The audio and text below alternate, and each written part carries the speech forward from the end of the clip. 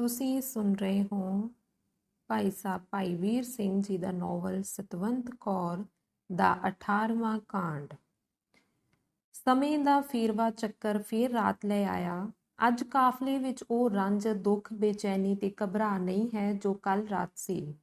ਸਾਰੇ ਖੁਸ਼ੀ-ਖੁਸ਼ੀ ਅੰਨ ਪਾਣੀ ਛਕ ਰਹੇ ਹਨ। ਸਵੇਰੇ ਕੂਚ ਦਾ ਨਗਾਰਾ ਵੱਜੇਗਾ ਤੇ ਘੜਿਆਲ ਤਿਆਰੀ ਦੀ ਟਨ-ਟਨ ਸੁਣਾਏਗਾ। ਪਰ ਦੇਖੋ, ਆਗਾ ਖਾਨ ਬੇਚੈਨ ਹੈ।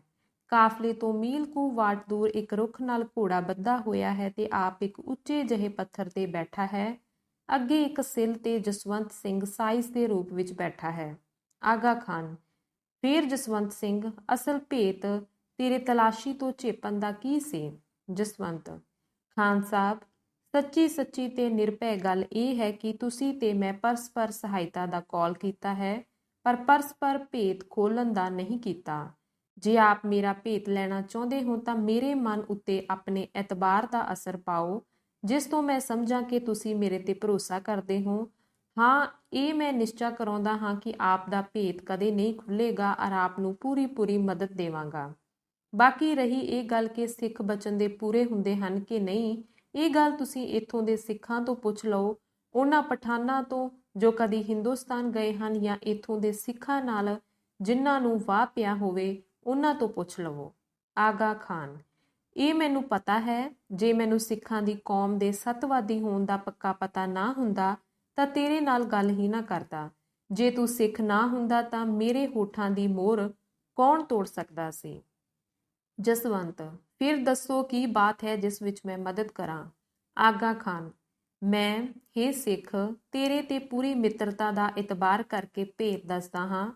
ਅੱਲਾ ਮੇਰਾ ਸਹਾਈ ਹੋਵੇ। ਅਮਾਨਤ ਹੈ ਇਹ ਭੇਤ ਮੇਰਾ ਤੇਰੇ ਪਾਸ, ਕਹਿ ਅੱਲਾ ਜਾਮਨ ਹੈ। ਜਸਵੰਤ: ਮੇਰਾ ਵਾਹਿਗੁਰੂ ਧਰਮ ਨਿਭਾਵੇਗਾ। ਆਗਾ ਖਾਨ: ਮੈਂ ਪਿਸ਼ੋਰ ਤੱਕ ਜਾਣਾ ਹੈ। ਇਸ ਕਾਫਲੇ ਦੀ ਰਾਖੀ ਦਾ ਕੰਮ ਮੇਰੇ ਸਪੁਰਦ ਹੈ, ਪਰ ਮੈਨੂੰ ਇੱਕ ਔਕੜ ਹੈ।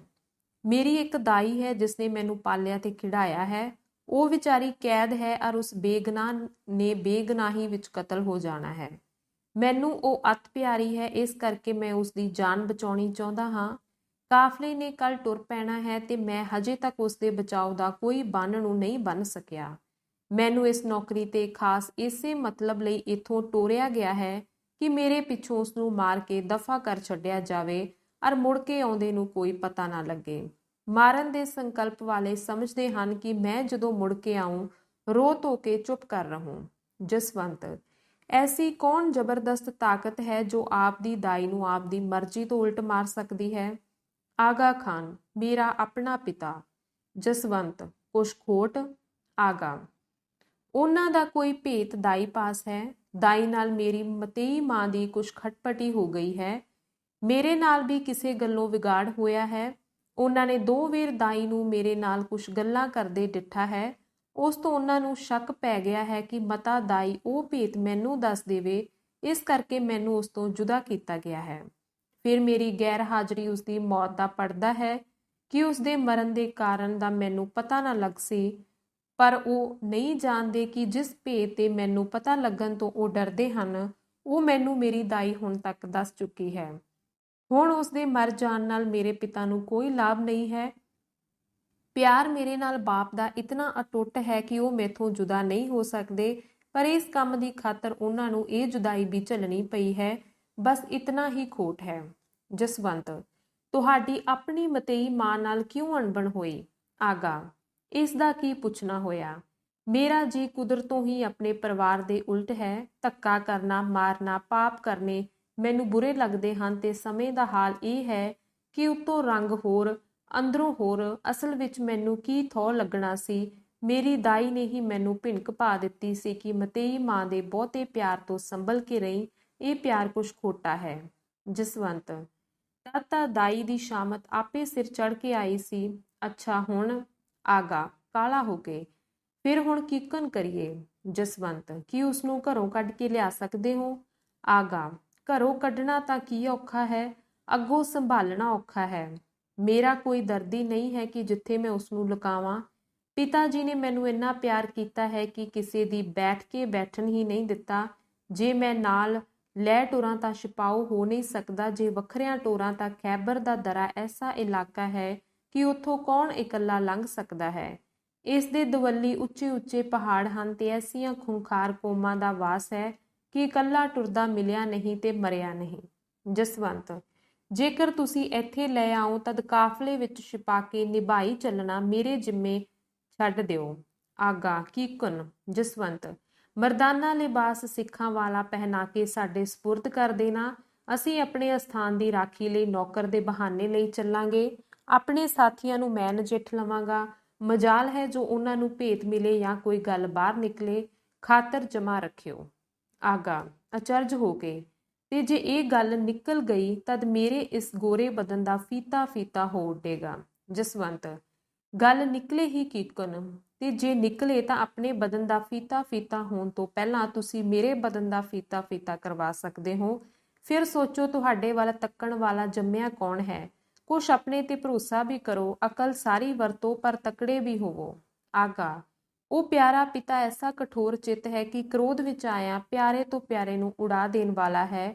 8-9 ਵੇਰ ਹਿੰਦੁਸਤਾਨ ਜਾ ਕੇ ਲੱਖਾਂ ਰੁਪਏ ਲਿਆਇਆ ਹੈ ਤੇ ਬੇਗੁਨਾਹਾਂ ਦੇ ਲਹੂ ਪੀ ਕੇ ਭੂਤ ਹੋ ਚੁੱਕਾ ਹੈ। ਜਸਵੰਤ, ਕੀ ਹੋਇਆ, ਤੁਸੀਂ ਵੀ ਕੁਛ ਹਿੰਮਤ ਕਰੋ। ਜਦੋਂ ਇਨਸਾਨ ਔਕੜਾਂ ਵਿੱਚ ਫਸੇ ਤਾਂ ਸਿੱਖੀ ਸਿਖਾਲਦੀ ਹੈ ਕਿ ਇੱਕ ਰੱਬ ਤੇ ਭਰੋਸਾ ਕਰੇ ਤੇ ਇੱਕ ਆਪਣੀ ਹਿੰਮਤ ਤੇ ਦਾਈਏ ਤੇ ਢਿੱਲਾ ਤੇ ਨਿਰਾਸ਼ ਨਾ ਹੋਵੇ। ਆਗਾ, ਫੇਰ ਜੇ ਮੈਂ ਲੈ ਆਵਾਂ ਤਾਂ ਨਿਭਾ ਲਵੋਗੇ ਇਸ ਗੱਲ ਦੀ ਜ਼ਮਾਨਤ। ਜਸਵੰਤ, ਵਾਹਿਗੁਰੂ ਨਿਭਾਵੇਗਾ। ਜ਼ਮਾਨਤ ਇੱਕ ਸਿੱਖ ਦੇ ਮੂੰਹ ਦਾ ਬਚਨ ਸੱਚਾਈ ਨਾ ਦਿੱਤਾ ਕੌਲ। ਇਹ ਸੁਣਦੇ ਹੀ ਹਵਾ ਰਫਤਾਰ ਘੋੜੇ ਦੀਆਂ ਰਕਾਬਾਂ ਵਿੱਚ ਸੋਹਣੇ ਆਗਾ ਖਾਂ ਨੇ ਪੈਰ ਰੱਖ ਕੇ ਚਾਬਕ ਖੜਕਾਇਆ ਜੋ ਅੱਖ ਦੇ ਫੌਰ ਵਿੱਚ ਉਡੰਤ ਹੋ ਗਿਆ। ਸਤਵੰਤ ਉੱਥੇ ਹੀ ਬੈਠੀ ਕਰਤਾਰ ਦੇ ਰੰਗਾਂ ਨੂੰ ਦੇਖਦੀ ਹੈ ਕਿ ਮੇਰੇ ਨਸੀਬਾਂ ਵਿੱਚ ਮਾਮਲੇ ਦੇ ਬਾਅਦ ਮਾਮਲਾ ਲਿਖਿਆ ਹੈ। ਕੋਈ 4 ਦਿਨ ਚੈਨ ਦੇ ਨਹੀਂ ਆਉਂਦੇ ਕਿ ਹੋਰ ਤੋਂ ਹੋਰ ਚੱਕਰ ਆ ਪੈਂਦਾ ਹੈ। ਪਰ ਧੰਨ ਹੈ ਕਰਤਾਰ ਹਰ ਦੁੱਖ ਚੋਂ ਕੱਢ ਲੈਂਦਾ ਹੈ। ਇਹ ਹੁਣ ਨਵਾਂ ਕੰਮ ਹੈ ਤਾਂ ਉਪਕਾਰ ਦਾ, ਪਰ ਦੇਖੀਏ ਕੀ ਰੰਗ ਖਿੜਾਉਂਦਾ ਹੈ।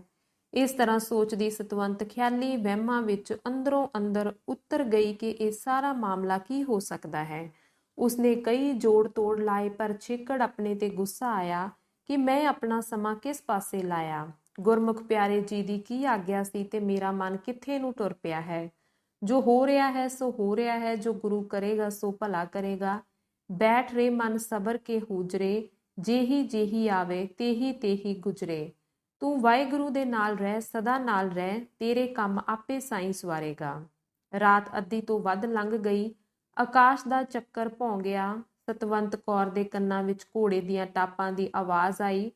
ਪੱਥਰਾਂ ਵਿੱਚ ਲੁਕੀ ਹੋਈ ਨੇ ਧਿਆਨ ਕੀਤਾ। ਅਗਲੀ ਪਲ ਨੂੰ ਜਸਵੰਤ ਦੀ ਆਵਾਜ਼ ਕੰਨੀ ਪਈ ਤੇ ਆਗਾ ਖਾਂ ਦਾਈ ਸਣੇ ਆ ਗਿਆ।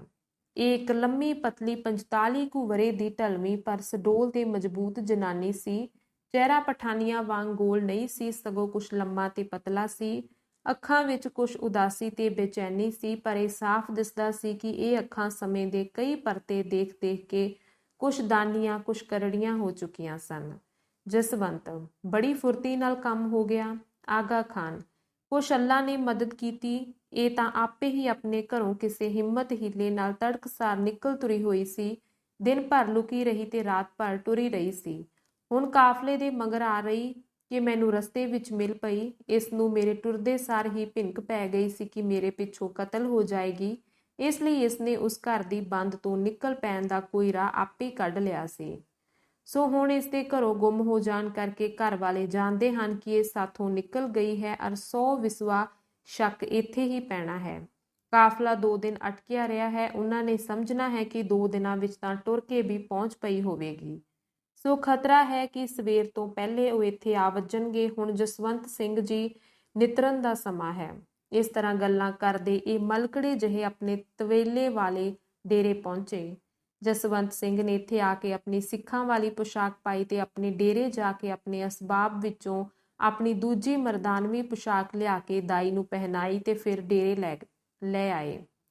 ਬਿਰਧ ਜੀ ਨੂੰ ਜਗਾ ਕੇ ਸਮਝਾਇਆ ਕਿ ਇਹ ਸਾਥੀ ਇੱਕ ਸੱਜਣ ਹੈ, ਕਿਸੇ ਕਾਰਨ ਨੌਕਰ ਕਰਕੇ ਨਾਲ ਰੱਖਣਾ ਹੈ ਤੇ ਇਸ ਦੇ ਰੱਖਣ ਵਿੱਚ ਫੌਜਦਾਰ ਆਗਾ ਖਾਂ ਦਾ ਗੁਪਤ ਹੁਕਮ ਹੈ, ਸੋ ਪ੍ਰਗਟ ਨਹੀਂ ਕਰਨਾ ਤੇ ਗੱਲ ਨੂੰ ਨਿਭਾਉਣਾ ਹੈ।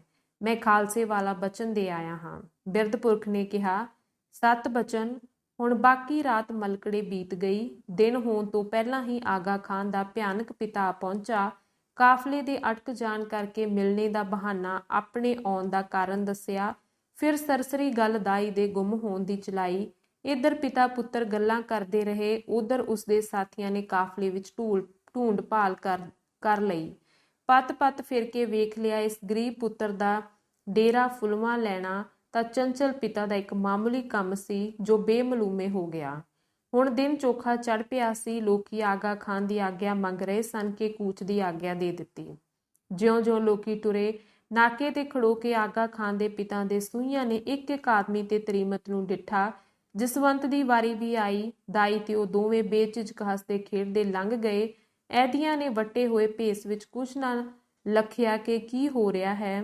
ਹੁਣ ਪਿਆਰ ਦਾ ਕੁੱਠਾ ਪਰ ਨਿਰਦਈ ਪਿਤਾ ਪੁੱਤਰ ਨੂੰ ਗੱਲ ਲਾ ਕੇ ਮਿਲਦਾ ਤੇ ਅਸੀਸਾਂ ਦਿੰਦਾ ਵਿਦਾ ਹੋ ਗਿਆ ਔਰ ਨੌਕਰਾਂ ਦੇ ਟੋਲੇ ਵਿੱਚੋਂ 2-4 ਸੂਈਏ ਛੱਡ ਗਿਆ ਜੋ ਸੁੰਦਕ ਰੱਖਣ ਕੇ ਪਾਪਣ ਦਾਈ ਕਿਤੇ ਅੱਗੇ ਜਾ ਕੇ ਆਗਾ ਖਾਨ ਦੇ ਕਾਫਲੇ ਨੂੰ ਨਾ ਮਿਲੇ ਔਰ ਪਿਤਾ ਪੁੱਤਰ ਵਿੱਚ ਦੁਫੇੜ ਨਾ ਪਵਾ ਦੇਵੇ।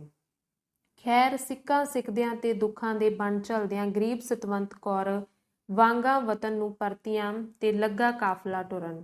ਹੁਣ ਉਸਦੀ ਕੈਦ ਦੀ ਭੂਮੀ ਵੱਲ ਪਿੱਠ ਹੈ ਤੇ ਪਿਆਰੇ ਵਤਨ ਵੱਲ ਰੁਖ ਹੋਇਆ ਹੈ। ਸ਼ੁਕਰ ਹੈ ਮੁਹਾੜਾ ਪਰਤਾ ਦੇਣ ਵਾਲੇ ਅਰਸ਼ੀ ਮਾਲਕ ਦਾ। ਤੀਸਰੀ ਮੰਜ਼ਲ ਆਈ। ਕਾਫਲੇ ਨੇ ਡੇਰੇ ਕੀਤੇ। ਸਭ ਲੋਕ ਆਪੋ ਆਪਣੇ ਆਰਾਂ ਵਿੱਚ ਲੱਗੇ। ਇਸ ਵੇਲੇ ਜਸਵੰਤ ਜੀ ਤੇ ਨਵੇਂ ਸਾਥੀ ਜਿਸ ਦਾ ਨਾਉਂ ਸਾਈਂ ਜੀ ਕਰਕੇ ਰੱਖਿਆ ਸੀ, ਇਕਲ ਵਾਂਝੇ ਬੈਠੇ ਗੱਲੀ ਲੱਗ ਰਹੇ ਹਨ।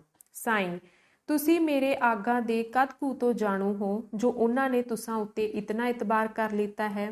ਜਸਵੰਤ, ਵਾਕਬੀ ਤਾਂ ਪੁਰਾਣੀ ਨਹੀਂ ਪਰ ਸ਼ਾਇਦ ਸਿੱਖ ਜਾਣ ਕੇ ਭਰੋਸਾ ਕਰ ਲਿੱਤਾ ਹੈ। ਸਾਈਂ, ਹਾਂ ਠੀਕ ਹੈ, ਮੈਨੂੰ ਖਿਆਲ ਨਹੀਂ ਆਇਆ। ਸਿੱਖ ਤੇ ਸੱਚ ਦੋਵੇਂ ਇੱਕ ਸ਼ੈ ਤੇ ਇੱਕ ਰੂਪ ਹਨ। ਜਸਵੰਤ, ਗੁਰੂ ਜੀ ਦਾ ਪ੍ਰਤਾਪ ਹੈ। ਸਾਈਂ, ਤੁਸੀਂ ਪਿਸ਼ੌਰ ਤੱਕ ਜਾਸੋ। ਜਸਵੰਤ, ਨਹੀਂ ਅਗੇਰੇ ਜਾਣਾ ਹੈ ਪਰ ਤੁਸੀਂ ਹੁਣ ਕੀ ਕਰੋਗੇ। ਸਾਈਂ, ਕਿਉਂ। ਜਸਵੰਤ, ਤੁਸੀਂ ਦੋਵੇਂ ਮਾਂ ਪੁੱਤਰ ਇਸ ਤਰ੍ਹਾਂ ਟੁਰੇ ਹੋ ਕਿ ਮੁੜ ਕੇ ਇਸ ਧਰਤੀ ਵਿੱਚ ਆਉਣ ਯੋਗ ਨਹੀਂ ਹੋ। ਖਾਸ ਕਰ ਤੂੰ ਤਾਂ ਨਹੀਂ ਆ ਸਕਦੀ। ਸਾਈਂ, ਹੈ ਤਾਂ ਠੀਕ ਪਰ ਆਗਾ ਖਾਨ ਵਾਪਸ ਆ ਸਕਦਾ ਹੈ। ਜਸਵੰਤ, ਠੀਕ ਹੈ ਪਰ ਤੁਹਾਡਾ ਦੋਹਾਂ ਦਾ ਪਿਆਰ ਵਿਛੜਨ ਵਾਲਾ ਨਹੀਂ ਜਾਪਦਾ। ਸਾਈਂ, ਇਹ ਵੀ ਸੱਚ ਹੈ ਤੇ ਹੋਵੇ ਵੀ ਕੀਕਨ ਨਾ। ਇਹ ਹਜੇ ਬੱਚਾ ਹੀ ਸੀ। 3.5 ਵਰ੍ਹੇ ਦਾ ਕਿ ਮਾਂ ਮਰ ਗਈ, ਫਿਰ ਮੈਂ ਹੀ ਇਸ ਨੂੰ ਪਾਲਿਆ ਹੈ। ਉਂਝ ਨਿੱਕੇ ਹੁੰਦੇ ਨੂੰ ਵੀ ਮੈਂ ਹੀ ਦੁੱਧ ਚੁਗਾਉਂਦੀ ਤੇ ਖਿਡਾਉਂਦੀ ਸਾਂ। ਮਾਂ ਤਾਂ ਵਿਚਾਰੀ ਅੱਤ ਸੋਲ ਜਿੰਦ ਸੀ। ਰਤਾ ਕੁ ਹਵਾ ਦਾ ਹੁਲਾਰਾ ਆਵੇ ਤਾਂ ਸਰੀਰ ਨਿਫਰ ਹੋ ਜਾਂਦਾ ਸੀ। ਸੋ ਇਹ ਲਾਲ ਮੇਰੇ ਹੀ ਥਣਾਂ ਤੇ ਪਲਿਆ ਤੇ ਮੇਰੀ ਹੀ ਗੋਦ ਖੇਲਿਆ ਹੈ। ਮੇਰੀਆਂ ਹੀ ਆਂਦਰਾਂ ਨੂੰ ਪੁੱਤਰਾਂ ਵਾਲੀ ਧੂ ਹੈ ਤੇ ਉਸ ਦੀਆਂ ਆਂਦਰਾਂ ਨੂੰ ਮਾਂ ਵਾਲੀ ਮਮਤਾ ਮੇਰੇ ਨਾਲ ਹੈ। ਦੇਖੋ ਵਿਚਾਰੇ ਨੇ ਮੇਰੇ ਪਿੱਛੇ ਹੁਣ ਤੱਕ ਕਿਤਨਾ ਦੁੱਖ ਝੱਲਿਆ ਹੈ। ਹਜੇ ਜਿਕਨ ਤੁਸਾਂ ਕਿਹਾ ਹੈ, ਕੀ ਪਤਾ ਹੈ ਕਿ ਦੇਸ਼ ਵੀ ਛੱਡਣਾ ਪੈ ਜਾਵੇ ਸੂ। ਅੰਗਪਾਲ ਬਚਨ ਦਾ ਪੂਰਾ ਸੱਚਾ ਤੇ ਭਰੋਸਾ ਕਰਨ ਵਾਲਾ ਹੈ। ਇਸ ਧਰਤੀ ਦੇ ਲੋਕ ਤਾਂ ਡਾਢੇ ਬਲਦਾਰ ਹਨ ਪਰ ਇਸ ਨੂੰ ਵਲ ਛਲ ਨਹੀਂ ਹੈ। ਜਸਵੰਤ, ਇਹਨਾਂ ਦੀ ਮਾਤਾ ਜੀ ਕਿਸ ਔਰ ਨਾਲ ਗੁਜਰੇ ਸੈ। ਸਾਈਂ, ਔਰ ਕਾਦੀ ਸੀ। ਇਸੇ ਕਰੜੇ ਪਠਾਨ ਦਾ ਜੋ ਸਵੇਰੇ ਪੁੱਤ ਕਰਦਾ ਮੱਥੇ ਸੁੰਘਦਾ ਤਲਾਸ਼ੀਆਂ ਲੈ ਗਿਆ ਹੈ। ਗੁੱਸਾ ਵਿਚਾਰੀ ਨੂੰ ਖਾ ਗਿਆ। ਜਸਵੰਤ, ਡਾਢੀ ਕੋਮਲ ਹੋਣੀ ਹੈ ਜੋ ਗੁੱਸੇ ਨਾਲ ਮਰ ਗਈ। ਕੁੜ ਕੇ ਕਿਸੇ ਖਈ ਰੋਗ ਨਾਲ ਤੁਰ ਗਈ ਹੋਊ। ਸਾਈਂ, ਖਈ ਨਹੀਂ, ਹੈਜੇ ਨਾਲੋਂ ਵੀ ਛੇਤੀ ਨਾਲ। ਜਸਵੰਤ, ਉਹ ਕੀਕਨ। ਸਾਈ, ਤਲਵਾਰ ਦੀ ਆਬਦਾਰ ਧਾਰ ਨਾਲ। ਜਸਵੰਤ ਤਰਬਕ ਕੇ, ਇਸਤਰੀ ਪਰ ਤਲਵਾਰ ਦਾ ਵਾਰ। ਕਿਹੇ ਕਠੋਰ ਤੇ ਜਾਂਗਲੀ ਲੋਕ ਹਨ। ਕੁਛ ਗਰੀਬਨੀ ਵਿੱਚ ਦੋਸ਼ ਸੀ। ਸਾਈਂ, ਸੁੱਚਾ ਹੀਰਾ ਨਿਰੀ ਨਿਰਦੋਸ਼ ਹੋਣਾ ਹੀ ਤਾਂ ਕਤਲ ਦਾ ਕਾਰਨ ਸੀ। ਦੋਸ਼ੀ ਹੁੰਦੀ ਤਾਂ ਕੌਣ ਮਾਰਦਾ। ਇਸ ਧਰਤੀ ਵਿੱਚ ਧਰਮੀਆਂ ਲਈ ਕਤਲ ਹੈ। ਤੁਸੀਂ ਲੋਕ ਸਾਨੂੰ ਰਾਖਸ਼ ਐਸੇ ਅਧਰਮ ਕਰਨ ਕਰਕੇ ਆਖਦੇ ਹੋ। ਜਸਵੰਤ, ਨਿਰਦੋਸ਼ ਨੂੰ ਕਿਉਂ ਮਾਰਿਆ। ਗੁੱਸਾ ਕਿਸ ਗੱਲੇ ਭੜਕਿਆ। ਸਾਈਂ ਹੱਸ ਪਿਆ ਤੇ ਜਸਵੰਤ ਦੇ ਹੱਥ ਘੁੱਟ ਕੇ ਕਹਿਣ ਲੱਗਾ, ਆਓ ਕੁਛ ਕੰਮ ਕਰੀਏ। ਡੇਰੇ ਵਿੱਚ ਮਦਦ ਦੀ ਲੋੜ ਹੋਣੀ ਹੈ। ਗੱਲਾਂ ਫੇਰ ਕਰਾਂਗੇ। ਹਾਂ ਇੱਕ ਗੱਲ ਹੈ, ਮੇਰਾ ਬੱਚਾ ਡਾਢਾ ਸਿੱਧਾ ਹੈ। ਉਸਨੇ ਹੁਣ ਮੈਨੂੰ ਮਿਲਣ ਆਉਣਾ ਹੈ। ਚੰਗਾ ਹੋਵੇ ਜੇ ਤੂੰ ਕਿਸੇ ਬਹਾਨੇ ਮਿਲ ਆਵੇਂ ਸੂ ਕਿ ਕੁਛ ਦਿਨ ਮੈਨੂੰ ਨਾ ਮਿਲੇ। ਉਸ ਦਾ ਕਪਟੀ ਪਿਤਾ ਜ਼ਰੂਰ ਸੂਈਏ ਛੱਡ ਗਿਆ ਹੋਣਾ ਹੈ ਜਿਸਨੇ ਮੇਰੀ ਢੂੰਡ ਭਾਲ ਰੱਖਣੀ ਹੈ। ਜੇ ਕਿਤੇ ਉਹਨਾਂ ਨੇ ਇੱਧਰ ਬਹੁਤ ਆਉਂਦਾ ਜਾਂਦਾ ਤੇ ਮਿਲਦਾ ਗਿਲਦਾ ਤੱਕ ਲਿਆ, ਸ਼ੱਕ ਪੈ ਗਿਆ, ਖੋਜ ਨਿਕਲ ਗਿਆ ਤਾਂ ਮੇਰਾ ਤਾਂ ਤੱਤੜੀ ਦਾ ਕੀ ਹੈ, ਪਾਪੀ ਪਿਤਾ ਨੇ ਮੇਰੇ ਲਾਲ ਨੂੰ ਤੂੰਬਾ ਤੂੰਬਾ ਕਰਕੇ ਉਡਾ ਦੇਣਾ ਹੈ। ਲਾਲ ਨੂੰ ਮੇਰੀ ਜ਼ੁਬਾਨੀ ਕਹਿ ਆ ਕਿ ਆਪਣੇ ਚਾਰ ਚੁਫੇਰੇ ਖਿਆਲ ਰੱਖੇ ਔਰ ਬਹੁਤ ਮਿਹਨਤ ਕਰੇ ਤਾਂ ਉਸਨੂੰ ਜ਼ਰੂਰ ਆਪਣੇ ਉੱਤੇ ਛੱਡੇ ਹੋਏ ਜਾਸੂਸ ਇਸ ਕਾਫਲੇ ਵਿੱਚ ਲੱਭ ਪੈਣਗੇ। ਜਸਵੰਤ ਸਿੰਘ ਨੇ ਸਮਝ ਲਿਆ ਕਿ ਦਾਈ ਗੱਲ ਬੁਲਾ ਗਈ ਹੈ ਔਰ ਅਸਲ ਭੇਤ ਨਹੀਂ ਦੱਸਿਆ ਸੂ। ਪਰ ਖੈਰ ਕੀ ਹੋਇਆ, ਸਹਿਜੇ ਸਹਿਜੇ ਗੱਲ ਖੁੱਲ ਜਾਏਗੀ ਤੇ ਉਂਝ ਪਰਾਏ ਭੇਤ ਪਾੜਨ ਲਈ ਮੈਂ ਕਿਉਂ ਜ਼ੋਰ ਲਾਵਾਂ। ਹੁਣ ਮੈਂ ਇਸ ਦਾ ਕੰਮ ਕਰਾਵਾਂ, ਇਹ ਸੋਚ ਕੇ ਕੁਛ ਆਪਣੇ ਸਫ਼ਰ ਸੰਬੰਧੀ ਕੰਮ ਲੈ ਕੇ ਆਗਾ ਖਾਨ ਨੂੰ ਜਾ ਮਿਲਿਆ ਔਰ ਉੱਚੀ ਉੱਚੀ ਉਹ ਕੰਮ ਦੱਸ ਕੇ ਉਸਨੂੰ ਮੌਕੇ ਦੇ ਦਿਖਾਉਣ ਲਈ ਕਿ ਜਿੱਥੋਂ ਦਾ ਕੰਮ ਦੱਸਿਆ ਸੀ ਨਾਲ ਲੈ ਆਂਦਾ ਤੇ ਰਸਤੇ ਵਿੱਚ ਹੌਲੇ ਹੌਲੇ ਦਾਈ ਦਾ ਸੁਨੇਹਾ ਸੁਣਾ ਦਿੱਤਾ। ਆਗਾ ਇਹ ਸੁਣ ਕੇ ਅਚੰਭਾ ਰਹਿ ਗਿਆ, ਪਰ ਗੱਲ ਉਸਦੇ ਮਨ ਲੱਗੀ। ਉਹ ਆਪਣੀ ਪਾਲਕ ਮਾਂ ਦੀ ਅਕਲ ਦਾ ਬੜਾ ਕਦਰ ਪਾਉਣ ਵਾਲਾ ਸੀ, ਕਿਉਂਕਿ ਉਹ ਜਦ ਬੋਲਦੀ ਪਤੇ ਦੀ ਬੋਲਦੀ ਹੁੰਦੀ ਸੀ। ਉਸਨੂੰ ਸੁਣਦੇ ਸਾਰ ਤਸੱਲੀ ਆ ਗਈ ਕਿ ਅੰਮਾ ਸੱਚ ਆਖਦੀ ਹੈ। 100 ਗੱਲਬਾਤ ਕਰਕੇ ਉਹ ਡੇਰੇ ਨੂੰ ਮੁੜ ਗਿਆ ਔਰ ਚੁੱਪਚਾਪ ਇਸੇ ਤਲਾਸ਼ ਭਾਲ ਵਿੱਚ ਲੱਗ ਪਿਆ ਕਿ ਕਿਹੜਾ ਆਦਮੀ ਮੇਰੇ ਹੀ ਕਾਫਲੇ ਵਿੱਚ ਮੇਰੇ ਤੇ ਹੀ ਸੂਈਆ ਹੋ ਸਕਦਾ ਹੈ। ਰਾਤ ਫੇਰ ਆ ਗਈ ਤੇ ਕਾਫਲੇ ਨੇ ਉਤਾਰਾ ਕੀਤਾ। ਜਸਵੰਤ ਤੇ ਸਾਈਂ ਰੋਟੀ ਖਾ ਕੇ ਇਕੱਲ ਮੰਝੇ ਜਾ ਬੈਠੇ ਤੇ ਕਈ ਗੱਲਾਂ ਬਾਤਾਂ ਛਿੜ ਪਈਆਂ। ਸਾਈਂ, ਇਸ ਧਰਤੀ ਵਿੱਚ ਹਜ਼ਾਰਾਂ ਲੱਖਾਂ ਲੋਕ ਪਠਾਨ ਹੀ ਨਹੀਂ ਹਨ, ਪਰ ਹਿੰਦੁਸਤਾਨ ਤੋਂ ਫੜ ਕੇ ਲਿਆਂਦੇ ਹਿੰਦੂ ਵਿੱਚੇ ਹੀ ਰਲ ਮਿਲ ਜਾਂਦੇ ਹਨ। ਜਸਵੰਤ, ਫੜ ਕੇ ਲਿਆਂਦੇ ਚੁੱਪ ਕੀਤੇ ਰਲ ਜਾਂਦੇ ਹਨ। ਸਾਈਂ, ਤੇ ਹੋਰ ਕਰਨ ਵੀ ਕੀ, ਤਲਵਾਰ ਸਿਰ ਤੇ ਸ਼ੂਕਦੀ ਹੈ, ਬਣ ਕੁਛ ਸਕਦਾ ਨਹੀਂ, ਆਪਣੇ ਦੇਸ਼ ਵਿੱਚ ਕੁਝ ਸਾਹਸ ਨਹੀਂ ਜੋ ਕਿਸੇ ਦੀ ਆਸ ਰੱਖੀ ਜਾਵੇ ਕਿ ਕੋਈ ਆਪਣਾ ਪਾਤਸ਼ਾਹ ਆਵੇਗਾ ਜੋ ਕਦੇ ਛੁਡਾਵੇਗਾ। ਨਿਰਾਸ਼ ਦੁਖੀ ਭੁੱਖਾਂ ਦੇ ਮਾਰੇ ਕਲਿਆਣ ਕਲਮੇ ਵਿੱਚ ਹੀ ਸਮਝਦੇ ਹਨ। ਜਸਵੰਤ, ਪਰ ਮੁਸਲਮਾਨ ਹੋ ਕੇ ਕੁਛ ਅਰਸ਼ ਤੇ ਤਾਂ ਨਹੀਂ ਚੜ ਜਾਂਦੇ ਹੋਣੇ। ਸਾਈਂ, ਇਹ ਤਾਂ ਠੀਕ ਹੈ, ਪਰ ਪੇਟ ਭਰ ਰੋਟੀ ਤਾਂ ਲੱਜ ਜਾਂਦੀ ਹੈ ਤੇ ਮੌਤ ਦਾ ਭੈ ਦੂਰ ਹੋ ਜਾਂਦਾ ਹੈ। ਜਸਵੰਤ, ਇਹ ਗੱਲ ਮੰਨੀ, ਪਰ ਜੇ ਕਤਲ ਹੀ ਹੋ ਜਾਣ ਤਾਂ ਗੁਲਾਮੀ ਦੀ ਜ਼ਿੰਦਗੀ ਤੋਂ ਤਾਂ ਛੁੱਟ ਜਾਣ, ਧਰਮ ਤੇ ਖੁੱਲ੍ਹ ਗੁਆ ਕੇ ਜਿਉਣਾ ਵੀ ਕੀ ਜਿਉਣਾ ਹੈ। ਸਾਈਂ, ਹਿੰਦੂਆਂ ਵਿੱਚ ਤਾਂ ਇਤਨਾ ਬਲ ਨਹੀਂ ਰਿਹਾ। ਹਾਂ, ਸਿੱਖ ਹਨ ਜੋ ਕੈਦ ਨਹੀਂ ਪੈਂਦੇ। ਜੇ ਕਦੇ ਕੋਈ ਫਸੇ ਤਾਂ ਰਸਤੇ ਵਿੱਚ ਹੀ ਇਹਨਾਂ ਨਾਲ ਲੜ ਭਿੜ ਕੇ ਮਰ ਜਾਂਦਾ ਹੈ। ਜੇ ਕਿਤੇ ਕੋਈ ਬੁਰੇ ਹਾਲੀ ਆ ਹੀ ਪਹੁੰਚੇ ਤਾਂ ਉਹ ਜ਼ਰੂਰ ਮਰਨਾ ਹੀ ਪਸੰਦ ਕਰਦਾ ਹੈ। ਹਜੇ ਤੱਕ ਕਿਸੇ ਸਿੱਖ ਇਸਤਰੀ ਜਾਂ ਪੁਰਖ ਨੇ ਇੱਥੇ ਆ ਕੇ ਧਰਮ ਨਹੀਂ ਦਿੱਤਾ ਤੇ ਨਾ ਹੀ ਗੁਲਾਮੀ ਸਿਰ ਚਾਈ ਹੈ। ਖੁੱਲ੍ਹ ਦਾ ਪਿਆਰ ਤੇ ਧਰਮ ਦੀ ਆਣ ਇਹਨਾਂ ਵਿੱਚ ਜ਼ਰੂਰ ਹੈ। ਹਨ ਸਿੱਖ ਹਿੰਦੂ ਤੇ ਅਕਸਰ ਹਿੰਦੂ ਕੁੱਲ ਵਿੱਚੋਂ, ਪਰ ਅੰਮ੍ਰਿਤ ਛਕਦੇ ਸਾਰ ਹੋਰ ਦੇ ਹੋਰ ਹੋ ਜਾਂਦੇ ਹਨ। ਤੁਸੀਂ ਇਹ ਗੱਲ ਬੜੀ ਹੈਰਾਨੀ ਨਾਲ ਸੁਣ ਰਹੇ ਹੋ ਕਿ ਤੁਸਾਂ ਕਦੇ ਕਿਸੇ ਸਿੱਖ ਦੀ ਇੱਥੇ ਕਤਲ ਦੀ ਚਰਚਾ ਆਪ ਨਹੀਂ ਸੁਣੀ। ਇਹ ਥੋੜਾ ਹੀ ਚਿਰ ਹੋਇਆ ਹੈ ਕਿ ਇੱਕ ਸਿੱਖ ਮੁਟਿਆਰ ਅਮੀਰ ਦੇ ਮਹਿਲਾਂ ਵਿੱਚ ਜਾਂਦੀ ਹੀ ਆਪਣੇ ਕਮਰੇ ਨੂੰ ਅੱਗ ਲਾ ਕੇ ਸੜ ਮੋਈ, ਧਰਮੋਂ ਨਹੀਂ ਡਿੱਗੀ। ਸੁਣਿਆ ਸਾਂ ਜੇ ਕਿ ਨਹੀਂ। ਜਸਵੰਤ ਸਿੰਘ, ਹਾਂ, ਇਸ ਮਾਮਲੇ ਦੀ ਮੈਨੂੰ ਖਬਰ ਹੈ। ਸਿੱਖ ਐਸੇ ਹੀ ਹੁੰਦੇ ਹਨ, ਮੈਂ ਆਪ ਵੀ ਸਿੱਖ ਹੀ ਹਾਂ। ਸਾਈਂ, ਪਰ ਗੁੱਸਾ ਨਾ ਕਰਨਾ, ਜੋ ਸਿੱਖ ਇੱਥੋਂ ਦੇ ਰਹਿਣ ਵਾਲੇ ਹਨ ਉਹ ਜਰਾ ਲਾਂਭੇ ਰਹਿ ਕੇ ਵਕਤ ਕੱਟਦੇ ਹਨ, ਪਰ ਜੋ ਦੇਸ਼ ਤੋਂ ਫੜੇ ਆਉਂਦੇ ਹਨ ਉਹ ਤਾਂ ਸੱਜਰੇ ਬਣੋ ਫੜ ਕੇ ਲਿਆਂਦੇ ਸ਼ੇਰ ਵਾਂਗੂ ਡਾਢੇ ਰੋਹ ਭਰੇ ਤੇ ਜੋਸ਼ ਵਾਲੇ ਹੁੰਦੇ ਹਨ। ਪਠਾਨ ਵੀ ਉਹਨਾਂ ਦਾ ਲੋਹਾ ਮੰਨਦੇ ਹਨ, ਪਰ ਸਿੱਖ ਫੜਿਆ ਆਵੇ ਇਹ ਗੱਲ ਬੜੀ ਹੀ ਘੱਟ ਹੁੰਦੀ ਹੈ। ਜਸਵੰਤ, ਤੁਸੀਂ ਠੀਕ ਆਖਦੇ ਹੋ। ਪੰਜਾਬ ਵਿੱਚ ਸਿੱਖ ਫਕਰ ਕਰਦੇ ਹਨ ਕਿ ਉਹਨਾਂ ਦਾ ਇੱਕ ਬੱਚਾ ਵੀ ਕੈਦ ਵਿੱਚ ਪੈ ਕੇ ਗੁਲਾਮ ਨਹੀਂ ਬਣਿਆ, ਜਾਂ ਤਾਂ ਕਤਲ ਹੋਇਆ ਹੈ ਜਾਂ ਕਿਵੇਂ ਦੇਸ਼ ਵਾਪਸ ਪਹੁੰਚਾ ਹੈ। ਸਾਈਂ, ਠੀਕ ਹੈ, ਇਹਨਾਂ ਵਿੱਚ ਕੁਛ ਐਸਾ ਅੱਗ ਦਾ ਚੁਆਤਾ ਲੁਕਿਆ ਹੋਇਆ ਹੈ ਕਿ ਜੰਮਦੇ ਨੂੰ ਮੁਸਲਮਾਨ ਕਰ ਘੱਤੋ, ਵਰੀਹਾਂ ਬੱਧੀ ਮੁਸਲਮਾਨਾਂ ਘਰਾਂ ਵਿੱਚ ਪਾਲੋ, ਜਦੋਂ ਕੰਨਾਂ ਵਿੱਚ ਫੂਕ ਦਿਓ ਕਿ ਤੂੰ ਸਿੱਖ ਦੀ ਔਲਾਦ ਹੈ, ਬਸ ਕੋਇਲ ਦੇ ਬੱਚੇ ਵਾਂਗੂ ਉਡਾਰੀ ਮਾਰੀ ਤੇ ਆਪਣੀ ਮਾਂ ਕੋਲ। ਜਸਵੰਤ, ਇੱਕ ਲੰਬਾ ਸਾਹ ਲੈ ਕੇ ਤੇ ਸਾਈਂ ਵੱਲ ਨੀਝ ਲਾ ਕੇ, ਤੁਸੀਂ ਤਾਂ ਪਠਾਨ ਹੋ, ਸਿੱਖਾਂ ਦੀ ਏਡੀ ਮਹਿਮਾ ਕਿਉਂ? ਸਾਈਂ, ਮੈਂ ਸੱਚ ਕਹਿੰਦੀ ਹਾਂ, ਝੂਠੀ ਮਹਿਮਾ ਨਹੀਂ ਕਰਦੀ, ਨਾ ਕੁਸ਼ਾਮਦ ਕਰਦੀ ਹਾਂ ਕਿ 4 ਦਿਨ ਤੁਹਾਡੇ ਨਾਲ ਵਾਹ ਪਿਆ ਹੈ, ਇਸ ਕਰਕੇ ਮਿੱਠੀਆਂ ਮਿੱਠੀਆਂ ਗੱਲਾਂ ਕਰਕੇ ਲੁਭਾ ਲਵਾਂ। ਮੈਂ ਵੀ ਤੋਲਵੀਂ ਗੱਲ ਆਖਦੀ ਹਾਂ ਔਰ ਰਤਾ ਭਰ ਵਾਧਾ ਨਹੀਂ ਕਰਦੀ। ਜਸਵੰਤ, ਸ਼੍ਰੀ ਵਾਹਿਗੁਰੂ, ਤੁਹਾਡਾ ਖਿਆਲ ਕਿੱਧਰ ਗਿਆ ਹੈ? ਮੈਂ ਤਾਂ ਇਸ ਕਰਕੇ ਪੁੱਛਿਆ ਹੈ ਕਿ ਜਰਵਾਣਿਆਂ ਦਾ ਸੁਭਾਅ ਹੁੰਦਾ ਹੈ ਕਿ ਸੱਚ ਦਾ ਵੀ ਇਕਰਾਰ ਨਹੀਂ ਕਰਦੇ। ਜੇ ਕਰਨ ਤਾਂ ਸਾਨੂੰ ਸੱਚਿਆਂ ਨੂੰ ਸਾਡੇ ਦੇਸ਼ ਵਿੱਚ ਜਾ ਕੇ ਕਿਉਂ ਮਾਰਨ? ਤੁਸੀਂ ਸਾਡੇ ਲੋਹੇ ਨੂੰ ਮੰਨਦੇ ਹੋ, ਇਸ ਕਰਕੇ ਪਿਆਰ ਦੀ ਹੈਰਾਨੀ ਵਿੱਚ ਮੈਂ ਇਸ ਪ੍ਰਸ਼ਨ ਨੂੰ ਪੁੱਛਿਆ ਸੀ। ਸਾਈਂ: ਨਹੀਂ ਜੀ, ਰੰਜ ਦੀ ਗੱਲ ਨਹੀਂ ਹੈ। ਮੈਂ ਸਮਝਦੀ ਹਾਂ ਕਿ ਤੁਸੀਂ ਲੋਕ ਜੋ ਕਹਿੰਦੇ ਹੋ ਝੂਠ ਕਦੇ ਨਹੀਂ ਹੁੰਦਾ। ਤੁਹਾਡੇ ਗੁਣ ਐਸੇ ਹਨ ਕਿ ਦੁਸ਼ਮਣ ਵੀ ਮਹਿਮਾ ਕਰਨੋਂ ਨਹੀਂ ਰੁਕਦਾ। ਭਲਾ ਨਾਦਰ ਸ਼ਾਹ ਵਰਗਾ ਜ਼ਾਲਮ ਪਾਤਸ਼ਾਹ ਹੋਵੇ, ਦੇਸ਼ ਵਿੱਚ ਲਹੂ ਦੇ ਦਰਿਆ ਵਗਾ ਕੇ ਉਹ ਥਲਕਾ ਮਚਾ ਕੇ ਆਇਆ ਹੋਵੇ ਕਿ ਸਦੀਆਂ ਤੱਕ ਦੁਨੀਆ ਨਾ ਭੁੱਲੇਗੀ। ਉਸ ਜ਼ਾਲਮ ਪਾਸੋਂ ਅਟਕ ਤੇ ਆ ਕੇ ਆਪਣੇ ਦੇਸ਼ ਦੀਆਂ 2100 ਹਿੰਦੂ ਜਨਾਨੀਆਂ ਖੋਹ ਕੇ ਵਾਪਸ ਲੈ ਜਾਣਾ, ਇਹ ਇੰਨਾ ਹੀ ਮਰਦਾਂ ਦਾ ਕੰਮ ਹੈ। ਕੇਵਲ ਇੱਕ ਸਿੱਖ ਜਨਾਨੀ ਹੱਥ ਪੈਰ ਬੱਧੇ ਨਾਦਰ ਸ਼ਾਹ ਨਾਲ ਇੱਥੇ ਆਈ ਸੀ, ਸੋ ਵੀ ਉਹ ਹਿੰਦੂਆਂ ਦੇ ਟੋਲੇ ਵਿੱਚ ਸੀ ਜੋ ਪਹਿਲੇ ਅੱਗੇ ਲੰਘ ਚੁੱਕਾ ਸੀ, ਪਰ ਉਸ ਬਹਾਦਰ ਸਿੰਘਣੀ ਦੇ ਸ਼ਾਬਾਸ਼ ਸਿਰ ਦਿੱਤਾ ਪਰ ਧਰਮ ਨਹੀਂ ਦਿੱਤਾ। ਜਸਵੰਤ: ਕੀ ਤੁਸੀਂ ਉਸ ਨੂੰ ਡਿੱਠਾ ਸੀ? ਸਾਈਂ: ਡਿੱਠਾ ਕੀ, ਮੈਂ ਉਸ ਦੇ ਨਾਲ ਸਾਂ। ਇਹ ਕਹਿ ਕੇ ਸਾਈਂ ਦੀਆਂ ਅੱਖਾਂ ਤੋਂ ਪਾਣੀ ਵਗ ਟੁਰਿਆ ਤੇ ਚਿਹਰਾ ਗਮ ਨਾਲ ਉੱਡ ਗਿਆ। ਜਸਵੰਤ: ਇਸ ਸਿੰਘਣੀ ਦੀ ਮੌਤ ਦੀ ਯਾਦ ਨੇ ਤੁਹਾਨੂੰ ਬਹੁਤ ਉਦਾਸ ਕੀਤਾ ਹੈ। ਹੋਰ ਗੱਲ ਹੁਣ ਮੈਂ ਨਾ ਪੁੱਛਦਾ, ਫੇਰ ਸਹੀ। ਤੁਸੀਂ ਜੇਰਾ ਕਰੋ, ਜਿਉ ਜਿਉ ਜੇਰਾ ਕਰੋ। ਪਰ ਸਾਈਂ ਦਾ ਗਲਾ ਰੁਕ ਗਿਆ ਸੀ ਅਰ ਜਵਾਬ ਦੇਣ ਦੀ ਤਾਕਤ ਨਹੀਂ ਜਾਪਦੀ ਸੀ। ਰਾਤ ਹੁਣ ਰਤਾ ਡੂੰਘੀ ਹੋ ਗਈ ਸੀ ਅਤੇ ਲੋਕ ਸੌਂ ਰਹੇ ਸੇ।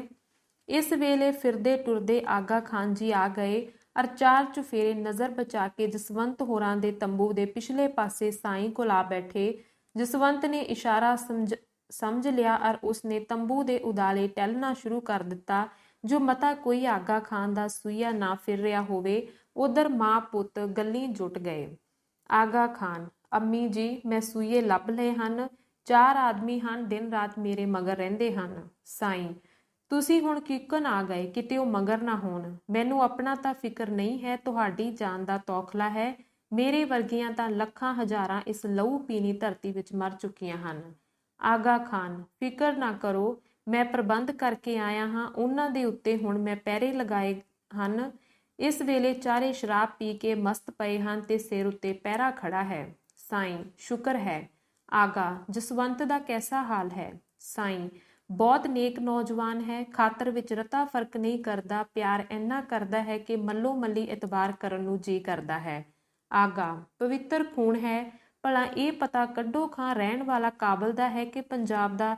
ਲੱਛਣ ਸਾਰੇ ਪੰਜਾਬੀ ਦੇ ਹਨ।